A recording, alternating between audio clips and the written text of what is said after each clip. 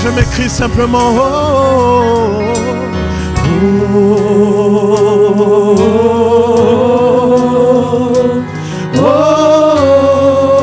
ton amour est si grand.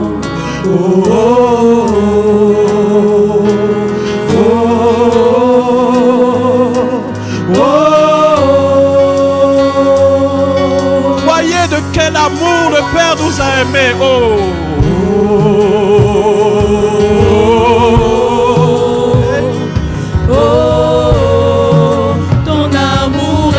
Ton amour est si grand.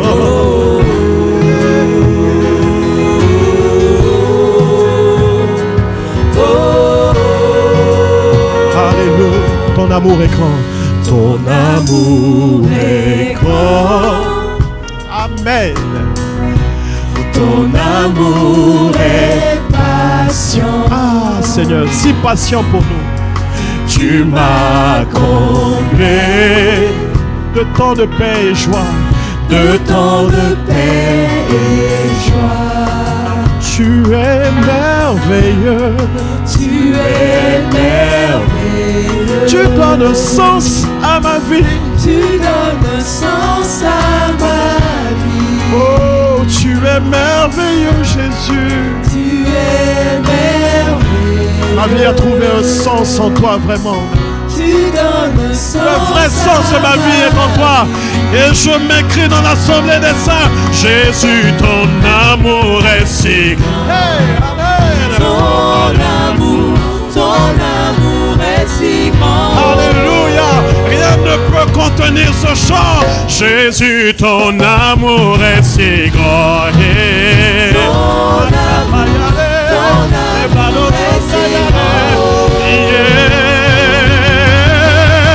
Jésus, ton amour est si grand. Ton amour est si grand. Yeah. Jésus, ton amour est si grand. Ton amour est si grand. Ton amour est grand, disons ensemble. Ton amour est grand. Ton amour est patient. Ton amour est patient. Tu m'as comblé. Tu m'as comblé. De temps de paix et joie. De temps de paix et joie. Amen. Oh, bien-aimé, le voyez-vous, tu es merveilleux. Tu Amen. es merveilleux. Tu donnes sens à ma vie.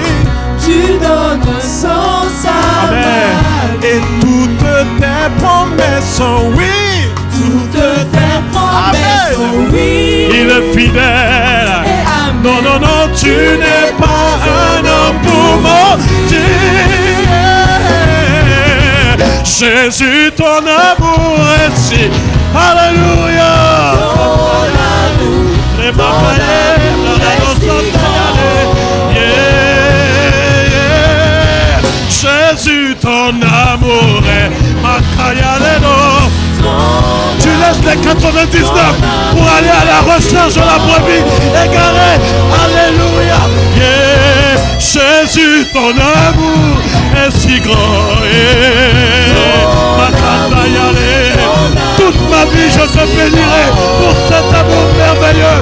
Yeah. Jésus, ton amour est si grand. Makayala Mayameba.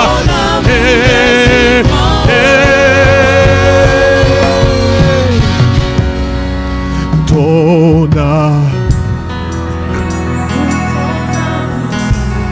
amour est si grand.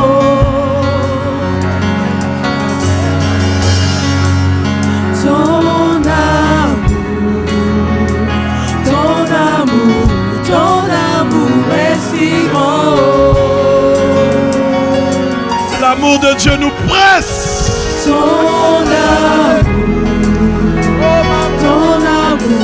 Ton amour est si grand.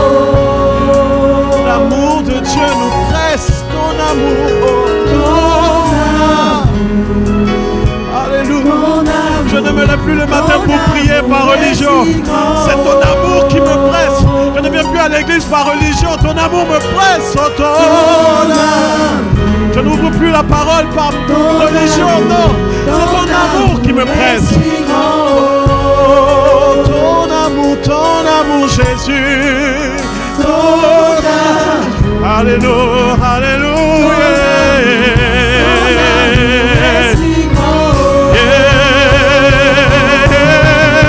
Jésus, ton amour est si grand. Je me réveille le matin avec cette révélation. Oh, Jésus, ton amour est si grand. Je vais au travail avec la conscience de cet amour qui m'accompagne. Où que j'aille, je viens célébrer le Seigneur avec cette conscience. Jésus, ton amour est si grand. Et quand viennent les situations difficiles, je ne doute pas de cet amour. Jésus, ton amour est si grand. Ton amour est si grand. Alléluia.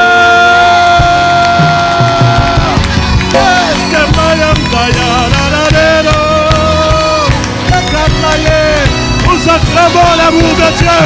L'amour de Dieu est si grand. Oh, acclamons la hauteur, la profondeur, la largeur, la longueur de l'amour de Dieu pour nous. Gloire à toi Jésus, gloire à toi Jésus.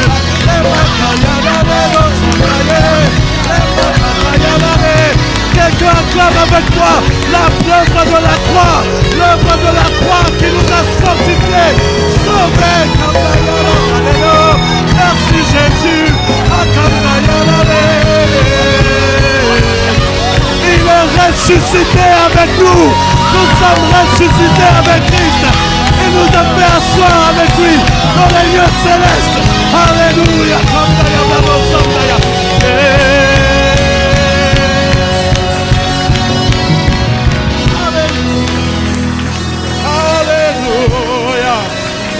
Alléluia.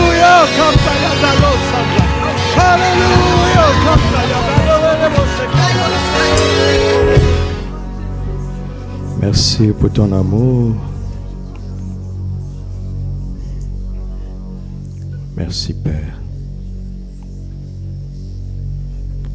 Merci Père.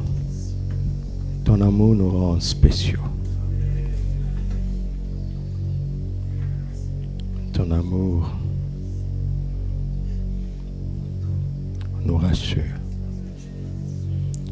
Ton amour enlève toute forme de complexe et de peur. Ton amour nous guérit, nous stabilise. Ton amour nous transforme. Ton amour est vital. Merci, Papa.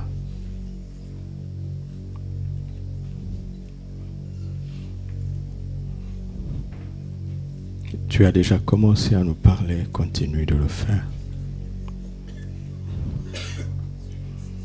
Et surtout, aide-nous à comprendre, à entendre profondément ce que tu veux nous dire, à le croire, à l'accepter. Au nom de Jésus, Amen.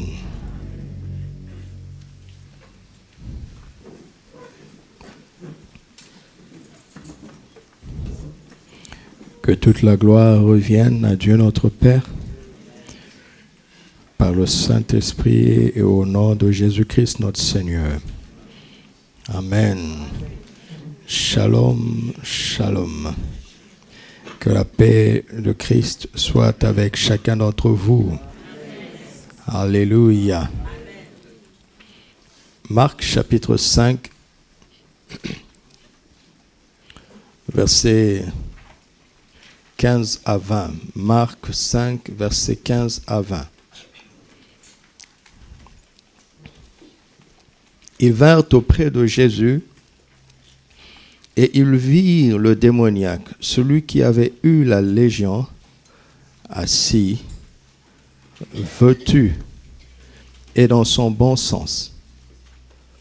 Et ils furent saisis de frayeur.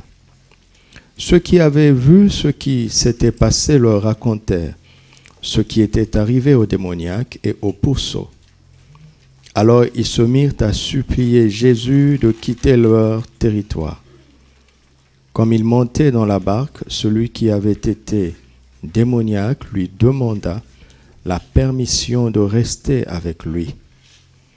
Jésus ne le lui permit pas, mais il lui dit, va dans ta maison vers les tiens et raconte-leur tout ce que le Seigneur t'a fait et comment il a eu pitié de toi. Il s'en alla et se mit à publier dans la Décapole tout ce que Jésus avait fait pour lui. Et tous furent dans l'étonnement. Amen. Le mot d'ordre prophétique que nous avons reçu de notre pasteur, de notre papa, le docteur Mamadou Karambiri, se trouve dans le verset 19, la parole du Seigneur qui dit « Va dans ta maison, vers les tiens, et raconte-leur tout ce que le Seigneur t'a fait et comment il a eu pitié de toi. » Cet homme s'en alla et se mit à publier dans la Décapole, c'est-à-dire dans une agglomération de 10 villes. Il a simplement publié tout ce que Jésus avait fait pour lui. Il ne parlait pas de quelqu'un d'autre. Il parlait de son vécu, de son expérience avec le Seigneur. Jésus lui a dit d'aller dans sa maison. Et s'il a pu parler à 10 villes, c'est qu'il avait fini de faire dans sa maison, n'est-ce pas? Il avait fini de le faire parmi les siens. Après avoir raconté dans sa maison et parmi les siens, son témoignage est devenu de plus en plus grand et de plus en plus puissant. Alors, pour vivre ce mot d'ordre, parce que c'est un ordre que nous avons reçu, le Seigneur m'a conduit dans ce texte à comprendre que ce qui donnait à cet homme cette capacité, c'était les 3 choses qu'il a pu faire pendant le peu de temps qu'il a eu avec le Seigneur Jésus, à savoir être assis, être vêtu et être dans son bon sens. Il suffit de s'asseoir au pied du Seigneur. Il suffit de le laisser te vêtir et il suffit de le laisser te conduire dans ce qui est le bon sens selon lui pour que tu sois capable d'avoir une vie d'impact. Un témoignage qui est de l'impact, qui le veut. Et qui croit qu'il suffit de faire ça. Il suffit de faire ça simplement parce que cet homme a fait ça. Alors, nous avons parlé d'être assis au pied du Seigneur. Et mercredi, nous avons commencé au fait d'être vêtu. Et notre pasteur est en train d'enseigner sur la foi. Il est en train de montrer que pour vivre le verset 19, il faut avoir la foi, tout simplement. Quand il a commencé à enseigner la foi, il a dit un certain nombre de choses qui ont fait que j'ai dit, je vais attendre, je dois bien comprendre ce qu'il est en train de dire. Parce que si je ne comprends pas très bien, je ne transmettrai pas très bien. Et en attendant de comprendre et de suivre ce qu'il enseigne, je continuais dans la manière dont le Seigneur nous guidait. Et avant-hier, il m'a montré pourquoi il était bon que j'attende. Parce que le bon sens, c'est la foi.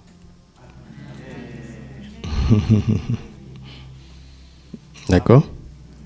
Et pour Dieu, on est dans le bon sens, on raisonne bien quand on procède par la foi. Ainsi, après avoir fini la deuxième section d'être revêtu, nous parlerons du bon sens, de la foi tout simplement. Alléluia. Et c'est comme ça que nous allons rejoindre l'enseignement de notre Père spirituel. Alléluia. Le sujet de ce matin est celui-ci. Le dépouillement et le revêtement. Amen. Dépouillement et revêtement. Dépouillement et revêtement. Pourquoi? Genèse chapitre 3, verset 7. Genèse chapitre 3, verset 7. Les yeux de l'un et l'autre s'ouvrirent. Ils connurent qu'ils étaient nus et ayant cousu des feuilles de figuier, ils s'en firent de ceinture. Donc ils se sont revêtus par quoi? Par un vêtement de feuilles de figuier. Regardons le verset 21. L'Éternel Dieu fit à Adam et à sa femme quoi? Et il les en... Ce qui s'est passé précisément, c'est que Dieu a fait des habits pour l'homme et la femme avec la peau d'un animal, n'est-ce pas? On ne vend pas la peau de l'ours avant l'avoir. Tu ne peux pas prendre la peau d'un animal sans le tuer. Dieu a fait un sacrifice dans le jardin d'un animal innocent pour couvrir l'homme et la femme coupables. Et quand Dieu a emmené l'habit qu'il avait fait avec le sacrifice de cet animal pour l'homme et la femme, il a dû les dévêtir, les déshabiller de leurs faux vêtements de feuilles, de figues, pour les revêtir. Et ce principe est présent dans toute la parole de Dieu. Il n'y a pas de revêtement sans dépouillement au préalable. Alléluia. Il n'y a pas de revêtement sans dépouillement au préalable. Pour que l'homme et la femme acceptent, entrent dans cet habit divin, il a fallu qu'ils abandonnent leur habit humain. N'est-ce pas? Pour qu'ils entrent dans leur couverture divine, il a fallu qu'ils abandonnent leur couverture humaine. Pour qu'ils entrent dans leur costume divin, il a fallu qu'ils abandonnent leur costume humain. Pour qu'ils entrent dans le manteau divin, il a fallu que quoi? Ils abandonnent leur manteau humain. On ne peut pas avoir les deux en même temps.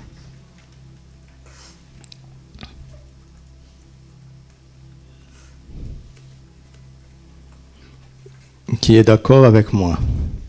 Ce principe est présent dans toutes les Écritures. Dans Marc chapitre 10, versets 46 à 53, il est question d'un aveugle appelé Bartimée. Quand Jésus l'a appelé, il a jeté son manteau d'aveugle et de mendiant. Alléluia. Il l'a jeté d'abord, il a abandonné. Dans Luc chapitre 15, quand le fils prodigue est revenu, certainement qu'il était habillé en haillons, certainement qu'il avait un habit sale qui sentait le porc. Et le papa a dit, revêtez-le de la plus belle robe. Alléluia. Et quand le Seigneur dit explicitement un principe dans les Écritures, ailleurs, il n'est plus tenu de le dire explicitement parce qu'il suppose que nous avons compris. Amen. Quand Jésus a dit aux 10 lépreux, allez vous montrer au sacrificateur, pour celui qui connaissait l'Ancien Testament, il était en train de dire, allez faire constater votre guérison, parce qu'un lépreux ne retournait au sacrificateur que dans la mesure où il était guéri. Il dit, allez vous montrer aux sacrificateurs afin que cela leur serve de témoignage. Pourquoi? Parce qu'on ne savait pas comment en Israël des lépreux trouvaient la guérison. Quelqu'un les rencontrait là où ils étaient exclus et les guérissait souverainement sans que la science ne soit encore capable de soigner cette maladie. Et c'était un mystère pour les sacrificateurs. Ils ne savaient pas ce qui se passait. Ce jour-là, Jésus voulait que les sacrificateurs reconnaissent que celui qui guérissait miraculeusement les lépreux en Égypte, en Israël, était là. C'était lui, Jésus. Et un lépreux, on le reconnaissait de loin par un manteau de lépreux et par un cri. Quand tu t'approchais de lui, il devait crier « impur, impur ». C'est-à-dire, reste loin, sinon tu risques la contagion. Je suis impur. Et quand cet homme est revenu à Jésus, Jésus dit, mais tous n'ont-ils pas été guéris? Il n'y a qu'un seul qui revient. Cet homme est revenu avec un autre manteau. Christ l'a dépouillé du manteau de lèpre pour lui donner le manteau de dignité. Alléluia. Le manteau d'impureté pour le revêtir du manteau de sainteté. Alléluia. Jésus est ici ce matin avec un manteau de sainteté. Amen. Qui peut donner gratuitement à n'importe qui croit. Mais à condition que tu te débarrasses de ton manteau d'impureté. Ne mets pas les deux en même temps. Dépouillement et revêtement. Dépouillement et revêtement. De dire que ce texte démoniaque était vêtu implique que ce texte démoniaque a été dévêtu de sa vie passée, de sa condition d'ex démoniaque, de sa vie sale, de sa vie de violence, de sa vie de méchanceté. Tout ça, c'était le vieux manteau de sa vie dont il devait se débarrasser pour prendre le manteau de la dignité qui appartient à ceux qui s'asseyent au pied du Seigneur.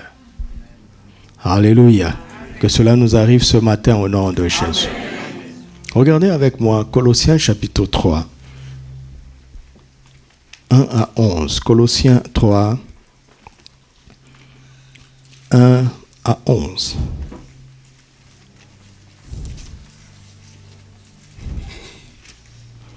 Si donc vous êtes ressuscités avec Christ, cherchez les choses d'en haut, où Christ est assis à la droite de Dieu. Christ est assis là-bas. Mais si vous êtes ressuscité avec Christ, cherchez les choses d'en haut, où Christ est assis à la droite de Dieu. Si vous êtes ressuscité avec Christ, cherchez les choses d'en haut, où Christ est assis à la droite. On parle de la position assise de Christ, n'est-ce pas? Christ est assis où? À la droite de Dieu. Éphésiens chapitre 2, on va revenir dans Colossiens 3. Éphésiens 2, verset 5 à 7. Nous qui étions morts par nos offenses, Christ nous a rendu la vie avec Christ. C'est par la grâce que vous êtes sauvés. Si vous êtes ressuscités avec Christ. Vous voyez? Vous voyez, non? Ça nous connecte à Éphésiens 5, 2.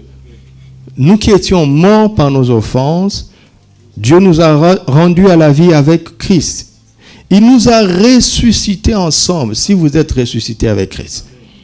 Et nous a fait asseoir dans les lieux célestes en Jésus. Alléluia. Lequel est assis à la droite du Père. Et donc nous sommes assis où? En lui. Voici comment la Bible parle. Ainsi, Christ est assis à la droite du Père, et ceux qui ont cru en lui, de morts qu'ils étaient par leurs offenses, ils sont ressuscités avec lui, et ils sont aussi assis en Christ à la droite du Père. La position assise est là. Comme ce démoniaque qui était assis.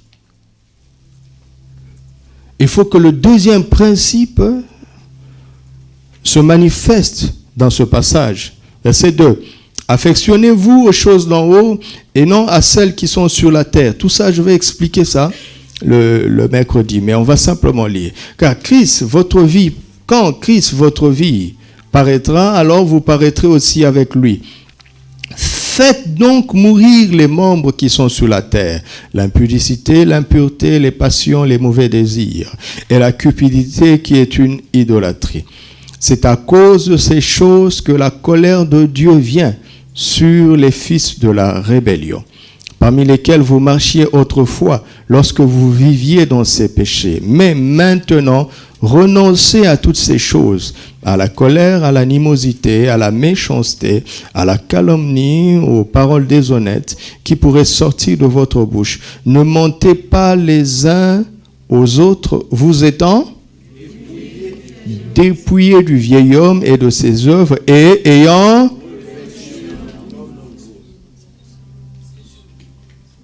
Alléluia. Vous voyez, ça c'est tout un monde caché qui se trouve entre la position assise au pied de Jésus et le revêtement qu'il nous donne. Cette virgule-là contient tout un monde.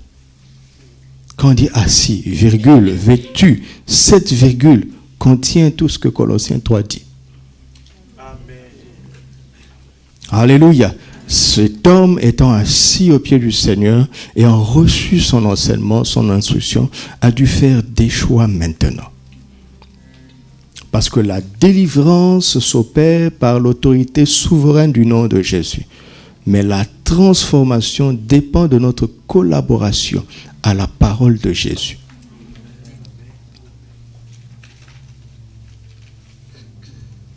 Vous m'entendez? Et quand le chrétien ne comprend pas ça, il va chercher à chasser encore dans sa vie des démons qui ne sont plus là. Parce qu'il est maintenant le temple du Saint-Esprit. Et il ne fait pas face à lui-même, aux choix qu'il fait, aux choses auxquelles il s'affectionne lui. Il ne comprend pas que c'est lui qui doit faire mourir les actions du corps. C'est lui qui doit le faire. Il ne comprend pas que c'est lui qui doit se déshabiller du vieil homme pour prendre le nouveau manteau appelé Christ. L'homme nouveau. C'est notre responsabilité. Dis à ton frère, c'est ta responsabilité. Donc il faut se dépouiller pour être revêtu. Dis avec moi, il faut se dépouiller pour être revêtu. Je veux me dépouiller pour être revêtu. Par la grâce de Dieu. Amen. Alors, cette simple idée, nous allons l'appliquer dans la vie de Joseph. Dépouillement et revêtement dans la vie de Joseph. Allons-y. Genèse chapitre 37, versets 1 à 4.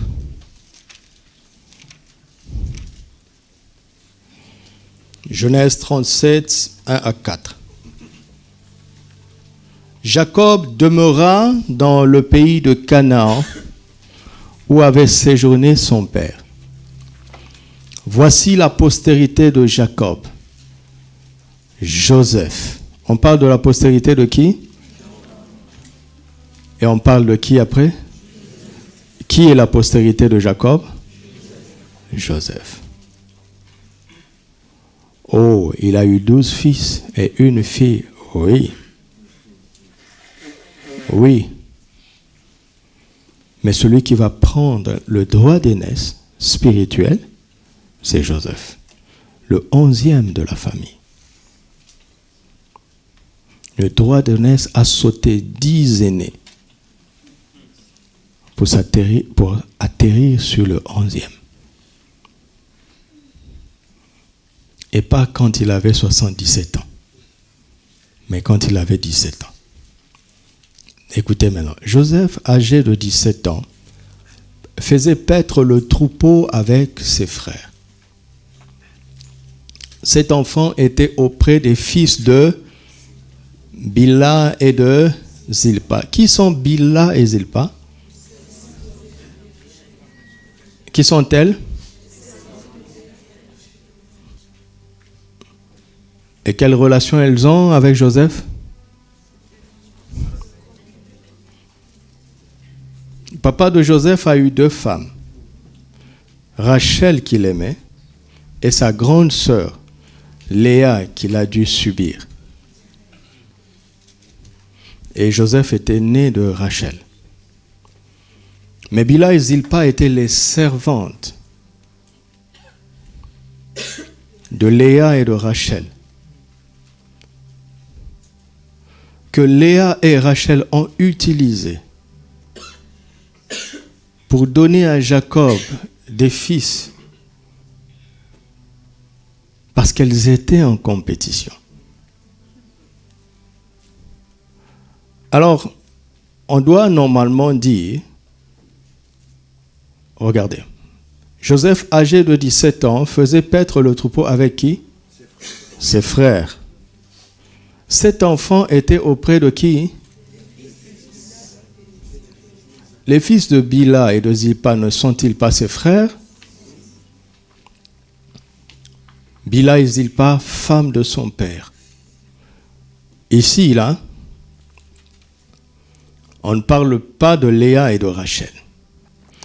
Et Joseph rapportait à leur père leurs mauvais propos. Les mauvais propos de qui?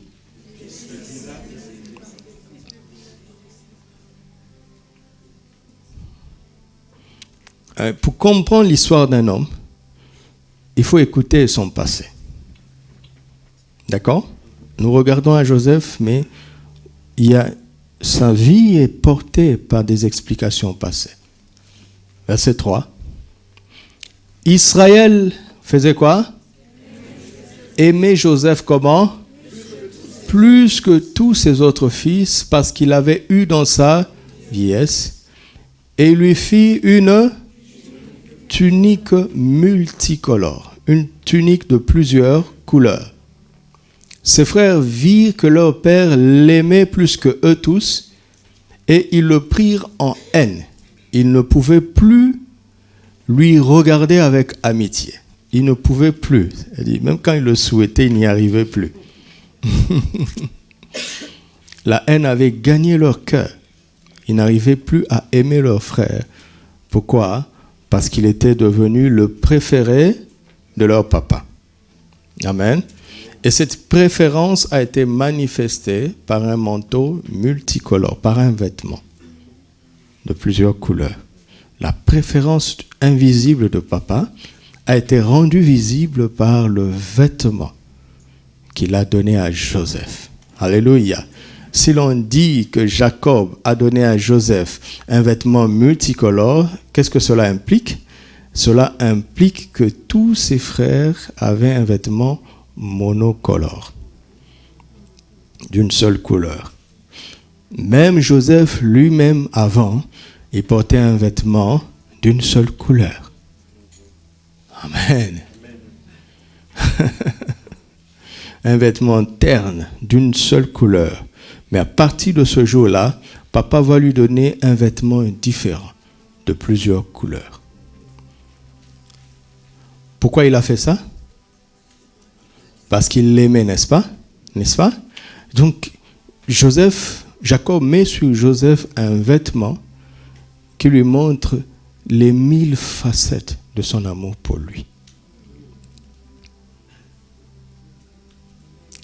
On ne dit pas que Jacob détestait ses autres fils. N'est-ce pas? Mais on dit quoi? Jacob aimait Joseph plus que ses fils qu'il aimait. N'est-ce pas? Son amour pour les autres fils était monocolore et son amour pour Joseph était multicolore. Cet amour se manifestait de plusieurs facettes. Et c'est le vêtement qui le traduisait. Alléluia. Faisons marche arrière. Chapitre 27. Lui-même a été en contact avec cette question du vêtement. Je parle de Jacob. Genèse 27 et verset 27.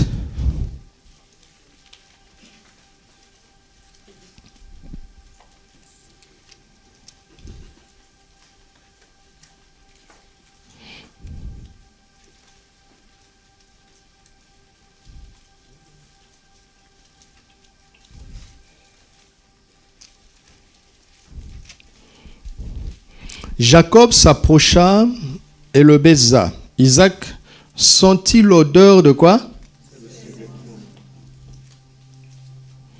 Est-ce que c'est par hasard tout ça? Il sentit l'odeur de ses vêtements, puis il le bénit. Alors écoutons le contenu de la bénédiction. Puis il le bénit et dit, « Voici l'odeur de mon fils est comme l'odeur d'un champ que l'Éternel a béni. » 1. Que Dieu te donne la rosée du ciel et de la graisse de la terre, du blé et du vin en abondance. Alléluia. Rosée du ciel d'abord, graisse de la terre, abondance sur la terre, bénédiction spirituelle avant la bénédiction naturelle. Bénédiction céleste avant la bénédiction terrestre. Nous sommes bénis de toutes sortes de bénédictions spirituelles ou en qui? Donc en Christ, nous entrons dans cette première parole. La rosée du ciel est sur toi. Et elle va te donner la graisse de la terre. Du blé et du vin en abondance. Au nom de Jésus. Si tu n'as pas la rosée du ciel, tu n'auras pas la graisse de la terre. Si tu négliges la rosée du ciel, tu négliges la graisse de la terre. Nous devons apprécier le fait que nous sommes bénis de toutes sortes de bénédictions spirituelles et dans les lieux célestes en Christ. Écoutez la puissance de cette parole parce qu'elle est en train de s'accomplir. Non, elle a été dite à qui? Sur Jacob, n'est-ce pas? Vous savez déjà avec moi combien elle va s'accomplir sur Joseph des siècles plus tard en Égypte. Alléluia. Mais la rosée a toujours été là. Ainsi, quand Jacob est en train de désigner un héritier, il sait qu'il est en train de transférer ça. Alléluia. Et c'est ça.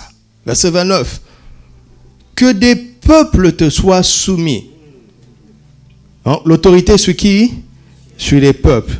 Deuxièmement, que des nations se prosternent devant toi. L'autorité sur qui? Sur les nations. Quelle différence entre les peuples et les nations? Les nations sont des peuples organisés. Donc il donne l'autorité sur les peuples et il donne l'autorité sur leur organisation. Et ensuite il dit, sois le maître de qui? De tes frères. Qui est en train de parler ici? Qui est en train de parler ici? Et il parle à qui? Et Jacob avait combien de frères? Jacob avait combien de frères? Donc cette parole est trop large. Elle semble ne pas être adaptée à la situation présente. Mais cette parole est trop large. Elle voit beaucoup plus loin que la situation présente. Il aurait dû lui dire, sois le maître de ton frère. Parce que vous n'êtes que deux. Il dit non, sois le maître de tes frères. Jacob doit comprendre que cette parole parle de beaucoup plus qu'une réalité familiale. Alléluia. Et ensuite il dit quoi? Que les fils de qui? Les fils de ta mère.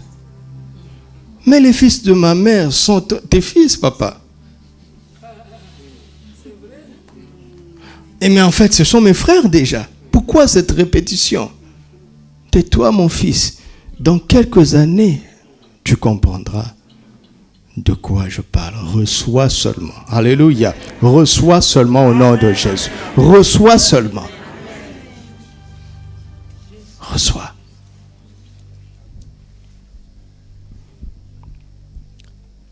Et la dernière phrase. Maudit soit quiconque et béni soit quiconque te... Ça vous rappelle quoi? La bénédiction d'Abraham. Ah oh, ça c'est formidable. Regarde. C'est Isaac, l'héritier d'Abraham, qui est en train de bénir Jacob. Il donne sa part. N'est-ce pas? Mais à la dernière bénédiction, il prend la part qu'il avait reçue d'Abraham son père. Donc, il est en train de charger Jacob de sa propre bénédiction en tant qu'Isaac et de la bénédiction d'Abraham qu'il porte. Chaque père à qui vous avez affaire est une somme de bénédictions de plusieurs pères qui l'ont précédé.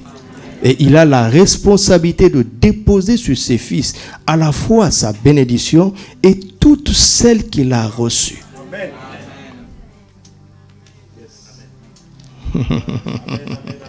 Alléluia. Oh, si vous pouvez sentir ce que je ressens ce matin. Alléluia. C'est déjà dans l'atmosphère.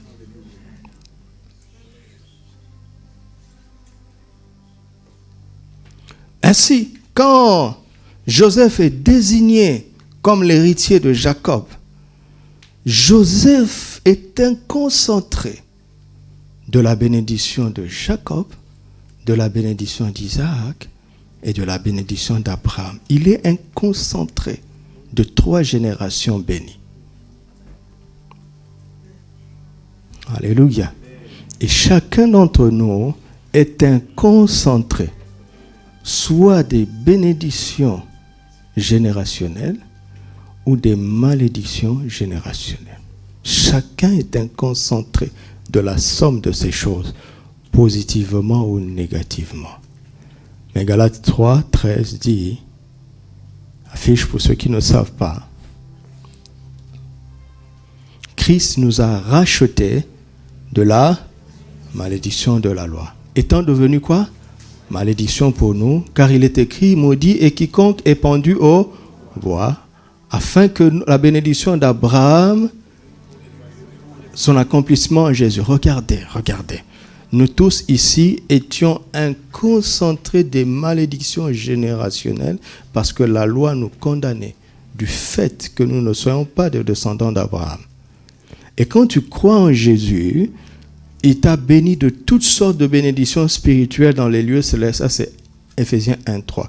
Il veut mettre sur toi un manteau multicolore de toutes sortes de bénédictions spirituelles. Mais il doit enlever sur toi ce manteau chargé de malédictions. Alors qu'est-ce qu'il fait? Il prend ce manteau chargé de malédictions, il le met sur lui, à la croix. Et il prend son manteau à lui chargé de bénédictions, il le met sur toi. Amen. Dépouillement et revêtement. Amen. Pas par le jeûne. Vous m'entendez? Par la foi en l'œuvre de la croix. Parce que cela s'est accompli parce qu'il est écrit maudit est quiconque est pendu au bois. On parle de l'œuvre de la croix. On ne te demande pas de faire pénitence pour te dépouiller de malédiction. On te demande de croire en l'œuvre de la croix.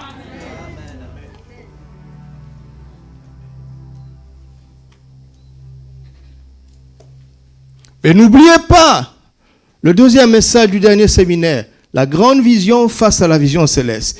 Et si jamais tu as cru en l'œuvre de la croix et que sous la route on te propose une autre manière de faire, refuse ça. Amen. Alléluia. Tiens ferme. Dis à ton frère, tiens ferme. Parce que la solution de Dieu pour nous dépouiller de ces générations de malédiction, c'est l'œuvre de la croix. Et la solution de Dieu pour nous revêtir de tout ce qu'il a comme bénédiction, c'est toujours l'œuvre de la croix. C'est notre foi en l'œuvre de la croix.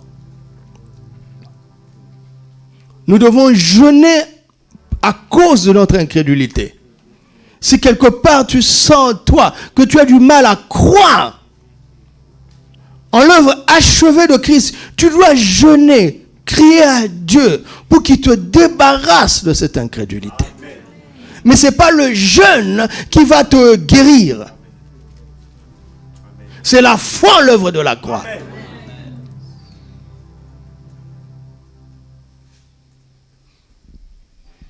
De la même manière que Joseph recevait la concentration de toutes les bénédictions divines depuis Adam, depuis Abraham, de la même manière nous recevons cela en Christ Jésus. La rosée du ciel, la graisse de la terre, l'autorité sur les peuples, l'autorité sur les nations, l'autorité sur nos frères et l'autorité sur les fils de nos mères. Recevez ça d'abord comme ça avant de comprendre. Amen.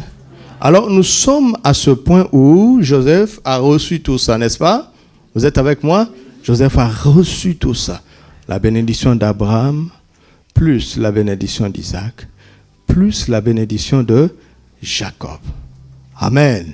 Alors, pour traduire que c'est Joseph l'héritier, papa va poser un geste symbolique, mais qui a une signification spirituelle. Il va le dévêtir de son manteau monocolore, comme tous ses autres frères.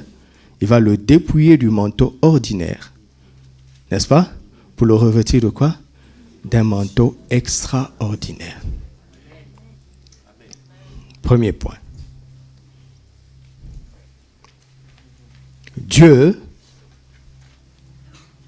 veut te dépouiller d'un manteau ordinaire pour te revêtir de quoi?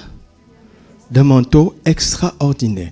Dieu veut te dépouiller d'un manteau commun pour te revêtir de quoi?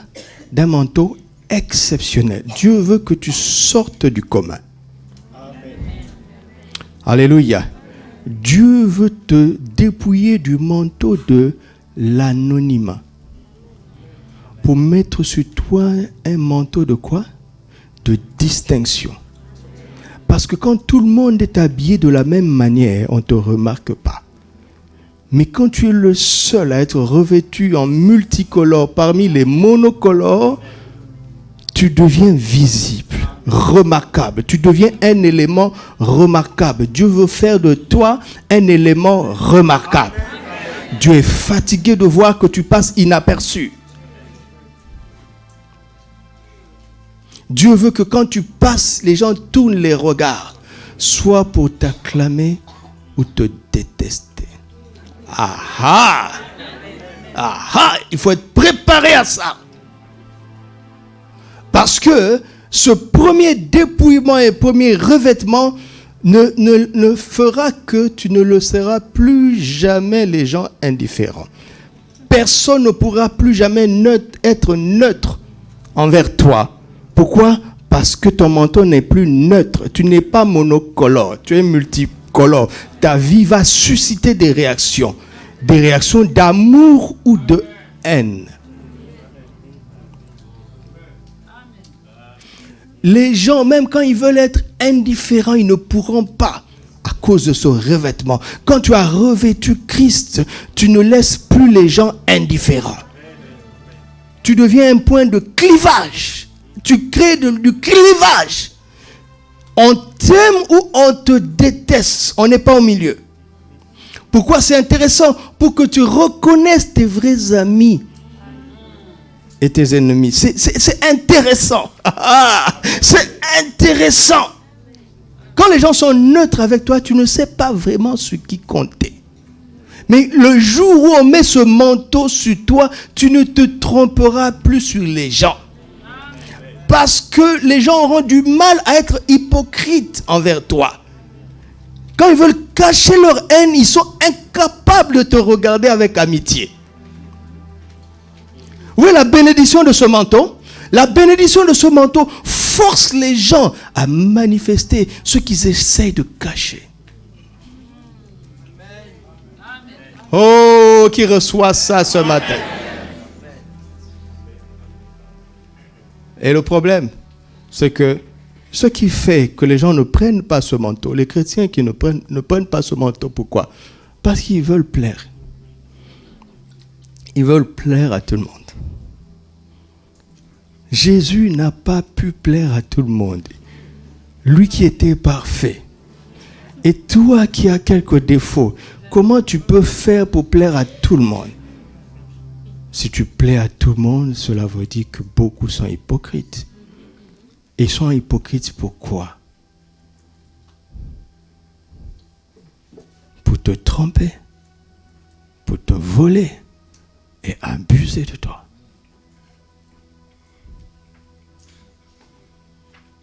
Les ennemis sont intéressants dans la vie. Parce qu'ils sont des marchepieds pour ceux qui sont assis. N'est-ce pas? Vous voyez la cohérence des Écritures? Tu t'assois au pied de Jésus et quand il te revêt, tu vois que ce manteau fait des jaloux. Il y a des gens qui se posent en ennemis, mais ceux qui ne savent pas que spirituellement ils sont des escabeaux pour te faire aller plus loin. Les amis vont monter avec toi plus loin, mais les ennemis vont te faire monter plus loin.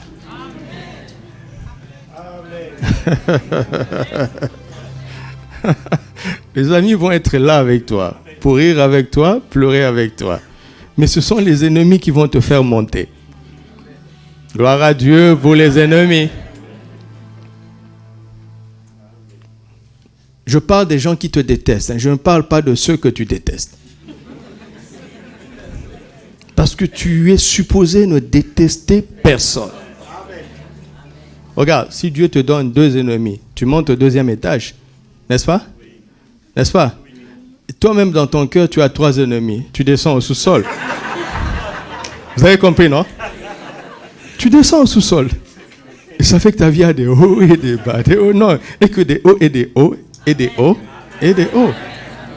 Ne déteste jamais personne. Aime tes ennemis. Vous voyez combien c'est intéressant? Aime tes ennemis. Regarde, c'est naturel d'avoir de mauvais sentiments pour ses ennemis.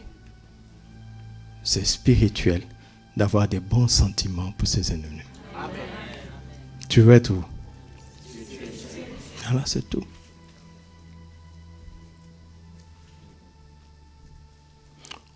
Nous savons tous que Joseph finalement a pardonné ses frères. Mais son cœur a été préparé où? Dès le premier revêtement. Parce que c'est une capacité spirituelle. Tu ne vas pas me dire que tes propres frères qui t'ont vendu, qui ont même voulu te tuer, tu vas dire ça te fait rien. Menteur. Oh, vous savez, nous dans notre famille, on pardonne naturellement. Ah bon? Quelle famille? Dis-moi un peu, c'est quelle famille? Le pardon n'est pas naturel. Quand Jésus te dit d'aimer tes ennemis, il ne te demande pas de le faire par toi-même. C'est par la foi qu'on fait ça. Et quand on croit, le Saint-Esprit nous aide. Il nous donne la capacité de Dieu. Parce que Dieu aime ses ennemis. Jésus a appelé Judas mon ami. Ce n'est pas une formule diplomatique. N'est-ce pas? Ce n'est pas une formule diplomatique. C'est une confession. Et avant de mourir à la croix, il dit, Père, pardonne-leur. Jésus.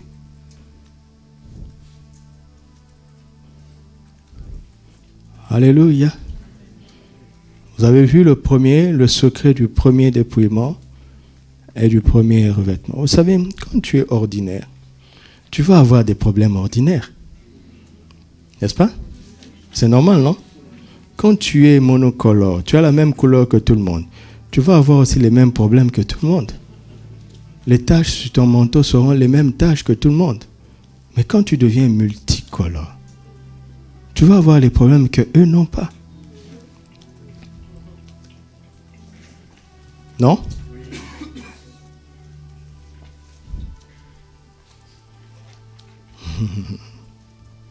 On prêche beaucoup la grandeur sans préparer le peuple. Les gens craquent dans la grandeur parce que ce n'est pas facile à vivre. Nous devons être préparés, d'accord? D'accord? Alors, à chaque dépouillement et revêtement, il y a une grâce qui l'accompagne. Amen. Parce que ce n'est pas facile à porter. Vous m'entendez? Alors, le premier dépouillement et revêtement, c'est le dépouillement du manteau ordinaire pour un revêtement du manteau extraordinaire. Pardon, par quelle grâce? La grâce de l'amour. Par la grâce de l'amour. Alléluia. Regardez. le moyen que Dieu a utilisé pour emmener Jacob à réaliser que la postérité était Joseph, c'était l'amour. Amen. Amen. Est-ce que vous me suivez? Et je peux m'arrêter sur ce point-là. J'en ai 8. Regarde, je vais vous expliquer. On dit quoi? Jacob aimait Joseph, pourquoi? Plus que ses frères, pourquoi? Tout le monde a vu ça. Arrêtons-nous un peu là. Je pense que peut-être que je vais m'arrêter ici. Arrêtons-nous un peu là. Regarde. Jacob a eu Joseph quand? Dans sa vieillesse. Qu'est-ce que cela veut dire? Qu'il a attendu longtemps pour l'avoir. N'est-ce pas? Et non seulement qu'il a attendu longtemps, il a eu de qui? De la femme de son cœur, pour laquelle il avait travaillé longtemps. 14 ans. Joseph existait avant d'être formé dans le sein de sa mère. N'est-ce pas? Vous le savez maintenant. Alors Dieu, c'est lui le créateur et le père de Joseph. Il veut confier Joseph à Abraham. Parce que notre connexion, c'est à Abraham. C'est pour ça que je sens que je dois m'arrêter ici pour que tu comprennes que Galates 3, 26, vous tous qui êtes baptisés en Christ, vous avez revêtu Christ. Et il n'y a donc plus ni juif, ni grec, ni homme, ni femme, ainsi de suite. Vous tous qui êtes à Christ, vous êtes la postérité d'Abraham. Amen. Donc, avant la fondation du monde, Dieu voulait connecter chaque humain à Abraham. Vous m'entendez? Par la foi en Jésus. Suivez ça très bien. C'est très important. Regarde. Maintenant, prenons le cas de Joseph. Dieu veut confier Joseph à Abraham. N'est-ce pas? Alors, il attend que Abraham ait Isaac. Parce que Joseph aurait pu être Isaac. Et le tour était joué. Dans 2 générations, les choses sont faites. N'est-ce pas? Non, Dieu attend. Je vous montre maintenant la patience de Dieu. Parce que quand vous lisez ça, vous entendez, Jacob l'avait eu dans sa vieillesse. Ça, c'est Jacob. Vous allez dire, ça a pris peut-être 50 ans à Jacob. Mais combien d'années ça a pris à Dieu? Depuis les temps éternels. Depuis les temps éternels, jusqu'à ce qu'il trouve Abraham. Quand il a trouvé Abraham, il avait réussi son plan. Il avait Joseph dans son esprit qui veut confier à Abraham. Mais qu'est-ce qu'il attend? Il attend d'abord que Abraham ait Isaac. Et vous savez dans quelles conditions Abraham a eu Isaac. Et quand finalement il a pu avoir Isaac, il aurait pu confier Joseph à Isaac et le tour est joué. Non, il confie d'abord à Isaac, Ésaü et Jacob. Et finalement, à Jacob, il confie 10 précédents fils. Tout ça, il était en train de planifier le chemin de Joseph. Amen. Et c'est ce que Dieu a fait avec toi. Amen. Avec ton père, ta mère, ton grand-père. Écoute, quand tu regardes les choses dans la perspective divine, tu vas aimer tes parents. Amen. Qui qu'ils soient. Amen. Parce que c'est grâce à eux que tu as eu un corps. Et c'est grâce à eux que tu es arrivé sur la terre au bon moment.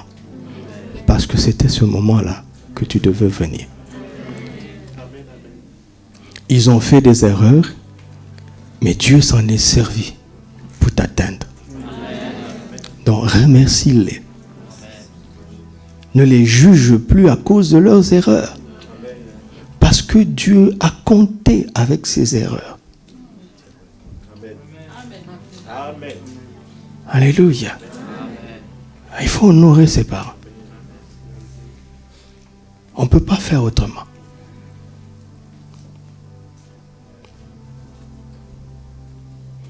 D'accord? Mais si Dieu parle son langage à Jacob, Jacob ne va pas tout comprendre. Pourquoi? Parce que dans la culture, l'aîné, c'est le premier-né.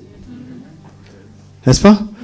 Comment faire entendre raison à un père que Ruben n'est pas la postérité? Comment tu vas faire ça? Il est borné dans sa culture. D'accord? Alors Dieu utilise un autre langage. Il va faire que cet enfant vienne sur la terre de manière extraordinaire. Les autres sont venus de manière ordinaire. Et ça va forcer le père à avoir un sentiment extraordinaire. Il va avoir avec les premiers un amour réel, mais un amour ordinaire. Et à cause des circonstances qu'il pense avoir subies, il va avoir un amour extraordinaire. Amen. Dieu est derrière tout ça.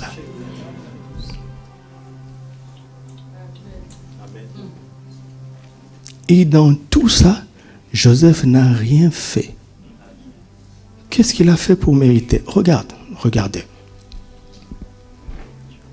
On ne dit pas que Jacob aimait Joseph parce que Ruben était allé avec une de ses femmes. Ce serait un amour par défaut par rapport à Joseph. On ne célèbre aucun mérite de Joseph ici. La Bible montre les fautes des hommes qui les ont disqualifiés. Vous m'entendez? Mais la Bible ne célèbre pas les succès des hommes qui les ont qualifiés. Parce qu'on se disqualifie par notre faute, mais on se qualifie par la grâce. Amen.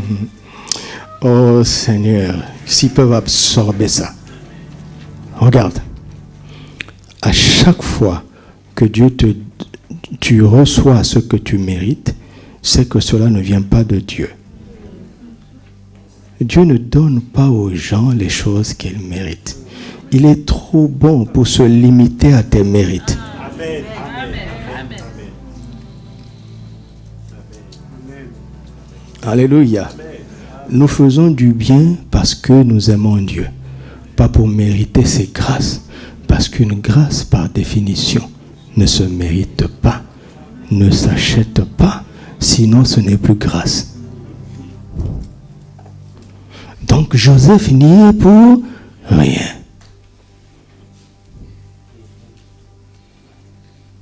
C'est pour ça que je parle de la grâce de l'amour.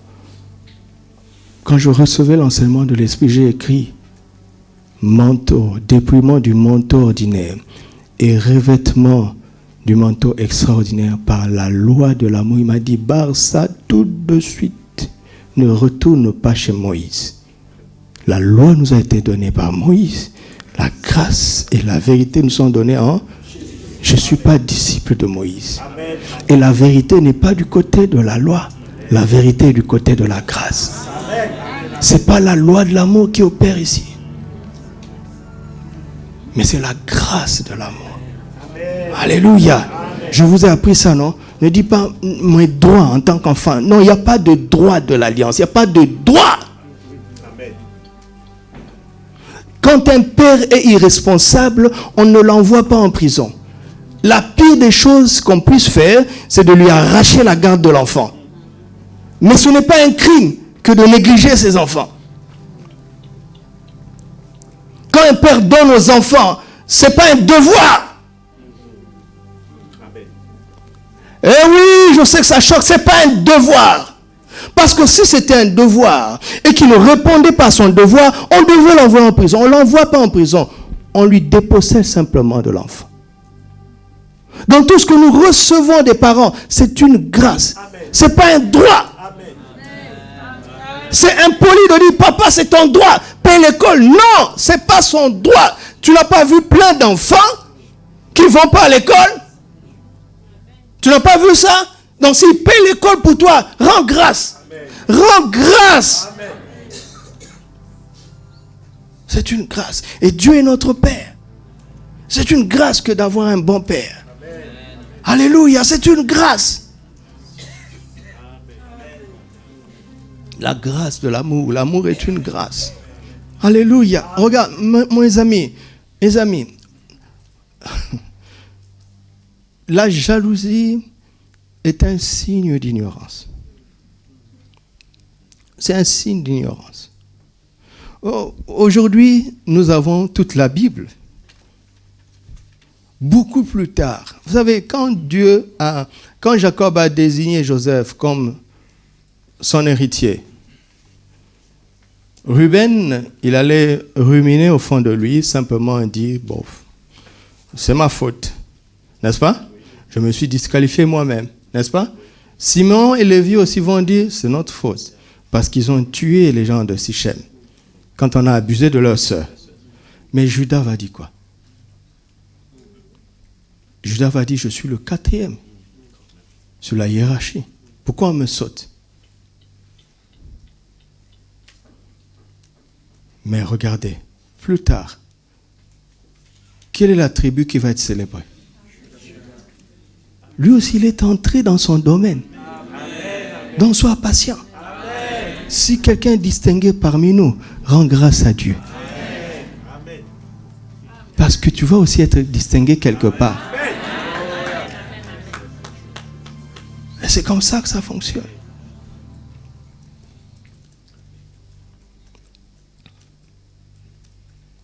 Si tu te rends compte que tu as été disqualifié par tes fautes, pratique la repentance. Tu vas être restauré.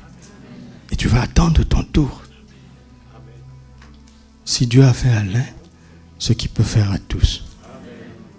Amen. C'est un musicien qui a dit, c'est un musicien chrétien.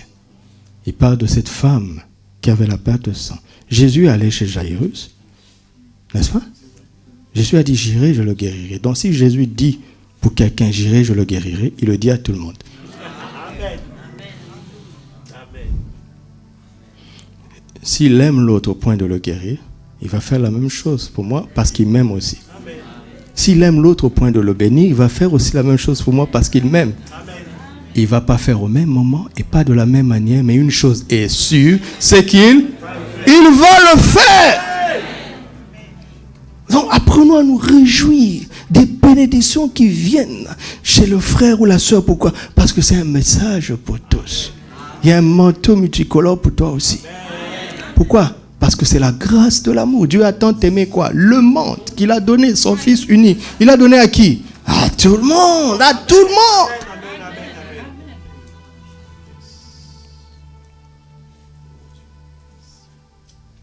Abandonne le manteau de la jalousie. C'est peut-être ça qui t'empêche de prendre ton manteau multicolore.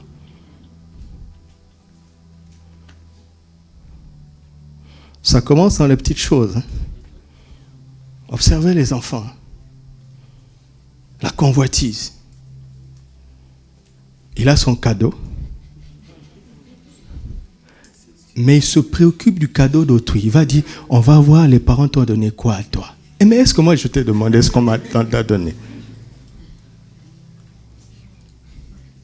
Quand vous voyez ça, commencez à prier pour l'enfant, pour que Dieu vous donne la sagesse et les mots pour l'aider. Ça commence dans les petites choses.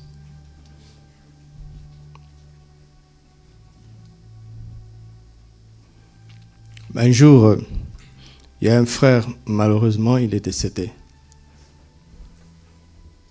Il venait à l'église et un jour, il s'est attaché à moi. Et puis, il est venu me voir. Il me dit, mais pasteur, non, je n'étais pas pasteur à l'époque. Il dit, frère, pourquoi moi, je ne suis pas rempli de l'esprit? Pourquoi le Seigneur baptise tout le monde, sauf moi? Je n'avais pas l'expérience que j'ai aujourd'hui, la petite expérience que j'ai aujourd'hui. Je lui ai dit, persévère. Mais un jour, nous avons organisé une réunion pour être remplis de l'esprit. Et encore une fois, il n'a pas été baptisé. À la fin de la réunion, il est venu me voir.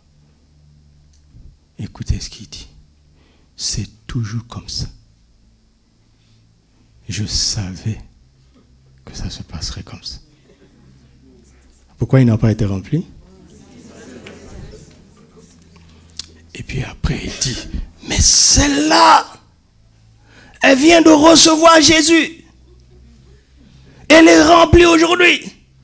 Il n'est pas content. Quel était son problème? La jalousie et l'incrédulité.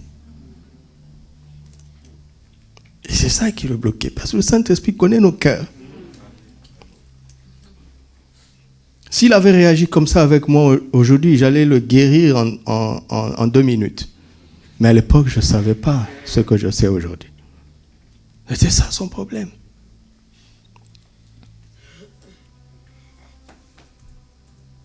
Regarde. Parfois, Dieu est venu pour te bénir. Qu'est-ce qu'il va faire? Il va bénir ton voisin. Mais en fait, c'est toi qui vises.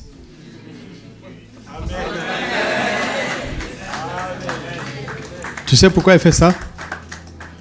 Parce que quand ton tour viendra, un autre voisin sera jaloux.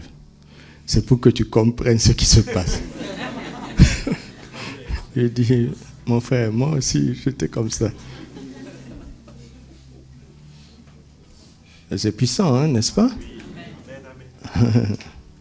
Ouais, on est resté juste à ce premier revêtement, vous voyez?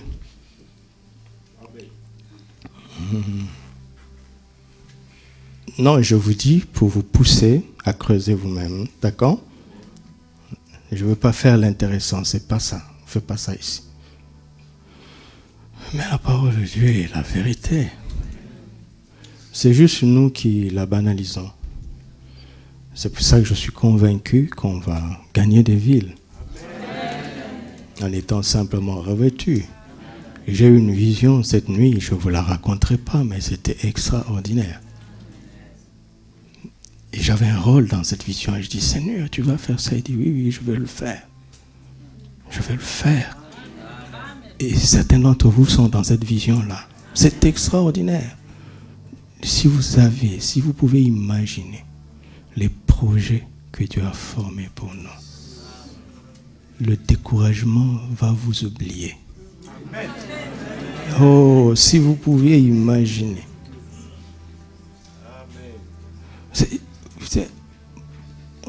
Les insultes des gens ne vont plus vous toucher. Le rejet de gens, pourquoi? Parce que si vous pouviez savoir combien Dieu vous aime,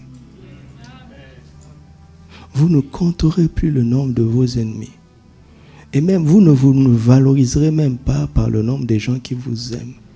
Parce que l'amour de Dieu, c'est l'absolu. Le reste, c'est des bonus. Alléluia. Soyons comblés. Que nos cœurs soient comblés par son amour. Que nos cœurs soient comblés par son amour. Que nos cœurs soient comblés. Que nos cœurs soient comblés. Alléluia. Ouvre ton cœur pour recevoir cet amour. Ouvre ton cœur. J'ouvre mon cœur pour recevoir. J'ouvre mon cœur pour recevoir cet amour. J'ouvre mon cœur, car la clé se trouve là-bas. D'entrer abondamment dans la grâce de cet amour. Je reçois abondamment la grâce de cet amour. Je reçois abondamment la grâce de cet amour, car la clé se trouve là-bas. Par la grâce de cet amour, je abandonne le manteau ordinaire. Par la grâce de cet amour, je reçois le manteau extraordinaire. Par la grâce de cet amour, je me dépouille du manteau commun. Par la grâce de cet amour, je me révèle du manteau exceptionnel. Car je ne suis pas une personne ordinaire.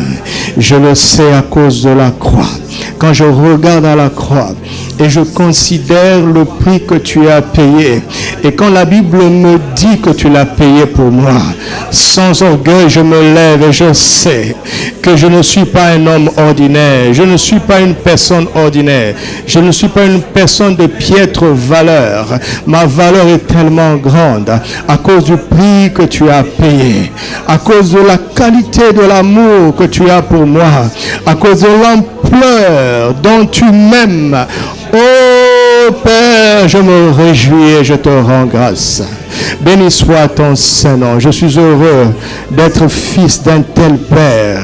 Je suis heureux pour cela. Et je me réjouis pour chacun de mes frères et de mes sœurs en ce lieu. Car tu les aimes aussi. Tu les aimes aussi de manière extraordinaire.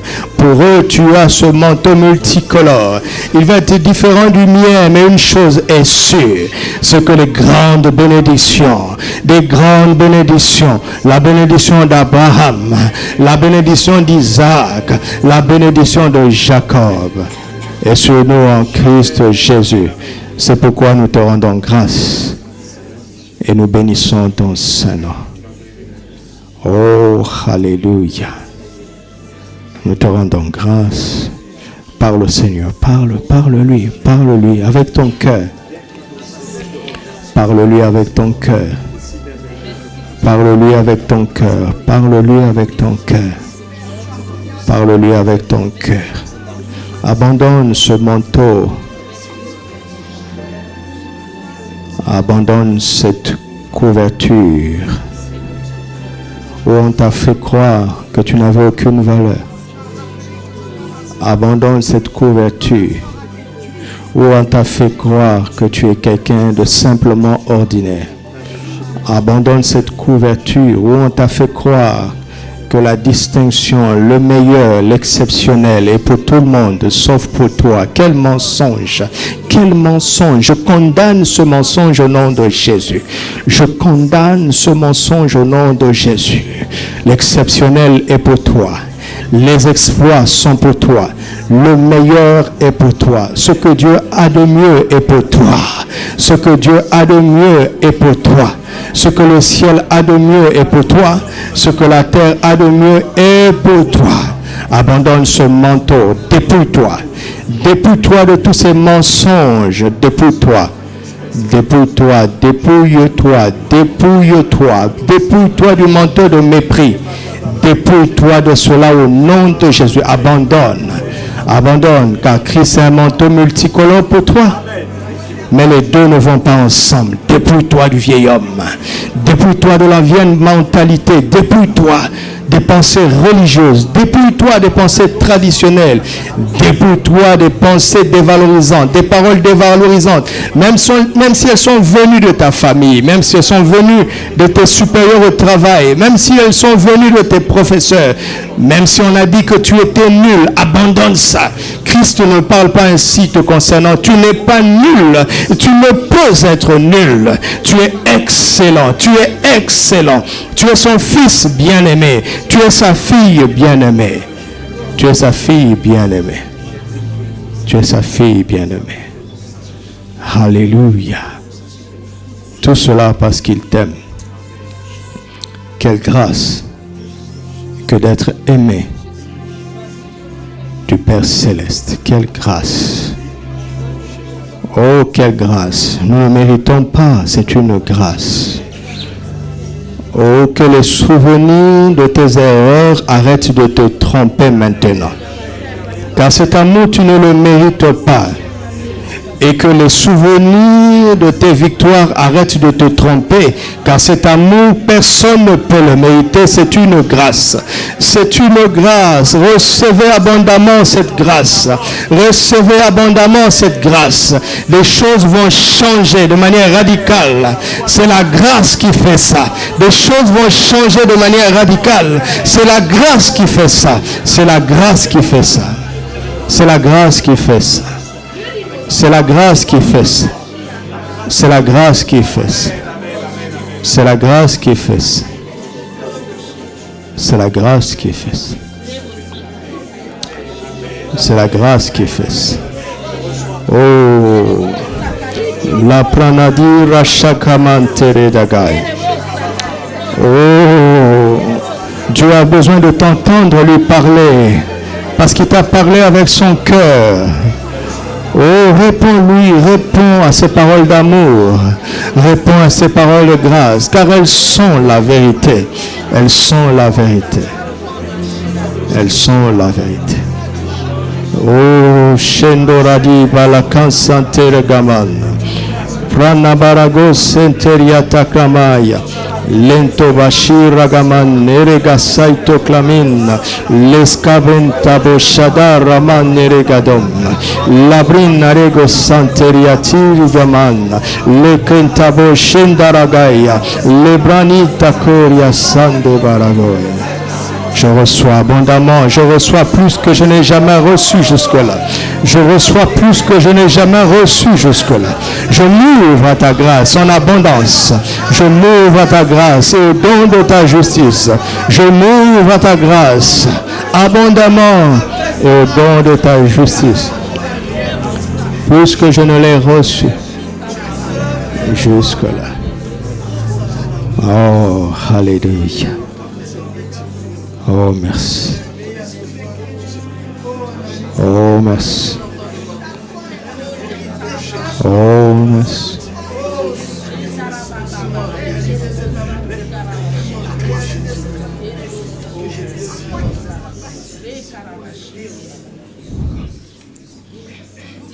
Je te sors de la masse, te dit le Seigneur.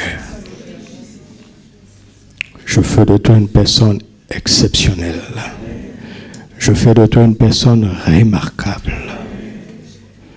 Tu ne passeras plus inaperçu. Je dépose une grâce supplémentaire dans ta vie. Et cette grâce te sort de la masse. Elle te sort du lot au nom de Jésus. Nous sortons du lot, nous sortons du lot. Au nom de Jésus, la grâce de la distinction est en ce lieu. La grâce de l'excellence est en ce lieu. La grâce de l'exceptionnel est en ce lieu. La grâce de l'extraordinaire est en ce lieu. Elle est ici, elle est ici. Elle est ici. Il pleut de la grâce de l'exception. Il pleut de la grâce de l'excellence. Il pleut de la grâce de la distinction. Il pleut de la grâce de la gloire. Recevez la rosée du ciel. La rosée du ciel se dépose. La rosée du ciel. La rosée du ciel se dépose. Oh, la rosée du ciel. Recevez la rosée du ciel. Recevez-la au nom de Jésus.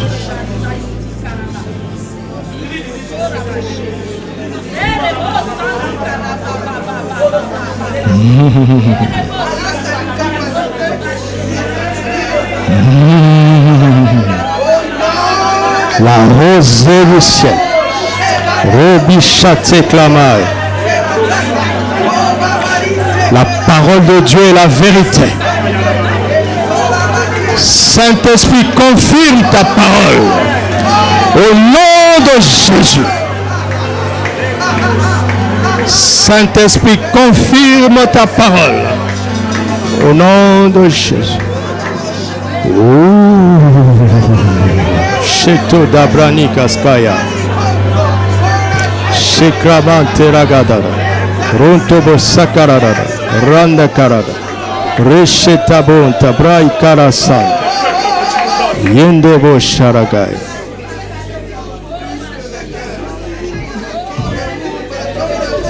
Ton dossier est sur une longue liste d'attente. Ton dossier est en très mauvaise position sur une longue liste d'attente. Au nom de Jésus. Pour on ne sait quelle raison, ton dossier passe devant tout le monde. Au nom de Jésus, maintenant. Maintenant, il est en train de le faire. C'est ce que je suis en train de voir. Il est en train de le faire. Au nom de Jésus, reçois ça maintenant. Reçois-le, reçois-le au nom de Jésus. Il y a des gens qui sont en train de sortir du rang. Tu as été bloqué dans un alignement qui limite tes mouvements. Au nom de Jésus, tu sors de cette file maintenant. Tu es la tête. Il te place à la tête. Il te place à la tête. C'est pas ce que tu as demandé, c'est ce qu'il a décidé. C'est ce qu'il a décidé, c'est lui qui l'a dit. Reçois-le simplement au nom de Jésus. Reçois-le au nom de Jésus. Il y a ici des gens qui ont du mal. à vivre certaines choses parce qu'ils sont très rationnels. Tout ce que tu n'arrives pas à expliquer, tu as tendance à t'en exclure. Il y a ici des gens qui n'arrivent pas à expérimenter certaines choses parce qu'ils regardent à ceux qui l'ont précédé. Tout ce que tes aînés n'ont pas expérimenté, tu as tendance à ne pas y aspirer. Je brise ça maintenant au nom de Jésus. Dieu veut faire de toi un pionnier. Dieu veut faire de toi un pionnier. Dieu veut faire de toi un pionnier. Dieu veut faire de toi un énigme, un énigme. Dieu veut faire de toi un énigme. Un énigme. Au nom de Jésus, les gens se poseront des questions et finiront par glorifier le Seigneur. Car la seule explication, c'est le nom de Jésus sur ta vie. L'amour de Dieu pour toi. L'amour de Dieu pour toi. L'amour de Dieu pour toi. L'amour de Dieu. L'amour de Dieu. Si l'on te dit, est-ce que tu penses que tu es le préféré de Dieu? Apprends maintenant à dire oui. Et n'en aie pas honte. Tu m'entends? Apprends à dire oui. Parce que chacun est un fils préféré de Dieu. Alléluia. Chacun est un fils préféré de Dieu. Il appartient à chacun de l'accepter. Jean a dit qu'il est le disciple que Jésus aimait. Jean n'a jamais dit que Jésus détestait les autres. Mais il avait une belle confession pour lui-même. Jésus n'a pas besoin de détester les autres pour te montrer qu'il t'aime de manière exceptionnelle. Pourquoi? Jésus n'a pas besoin de rabaisser les autres pour que tu aies l'impression que tu es au-dessus. Jésus a décidé de t'élever et il va le faire souverainement. Amen. Simplement parce qu'il t'aime. Et il veut faire de ta vie une bénédiction pour les autres. Alléluia. Alléluia. Il y a ici des gens qui doivent recevoir la grâce d'accepter de ne pas être aimé, d'accepter que tout le monde ne les aime pas. C'est une grâce. Tu es trop sensible. Tu es trop sensible. Ce que tu cherches n'arrivera jamais. Tout le monde ne t'aimera pas forcément. Alors accepte ceux qui t'aiment et ne déteste pas ceux qui te détestent. Il y a ici les gens qui ont besoin de la grâce pour triompher des tendances cachées à la jalousie. Tu as besoin de cette grâce. Tu as lutté par toi-même parce que tu sais au fond de toi que ce n'est pas bien. Mais tu sais aussi au fond de toi que tu n'y arrives pas. Tu n'y arriveras jamais. La jalousie est attachée à la chair. Mais reçois par l'Esprit la grâce de te réjouir des bénédictions des autres, de te réjouir du progrès des autres. Reçois cette grâce au nom de Jésus. Recevez cette grâce. Que cette grâce soit sur tout le monde, Père, afin qu'on se réjouisse les uns les autres, qu'on célèbre les uns les autres, qu'on soit content pour ce qui arrive aux autres, comme si cela nous a arrivé. Car nous sommes frères, nous sommes frères. Oh, nous sommes frères. Oh, merci.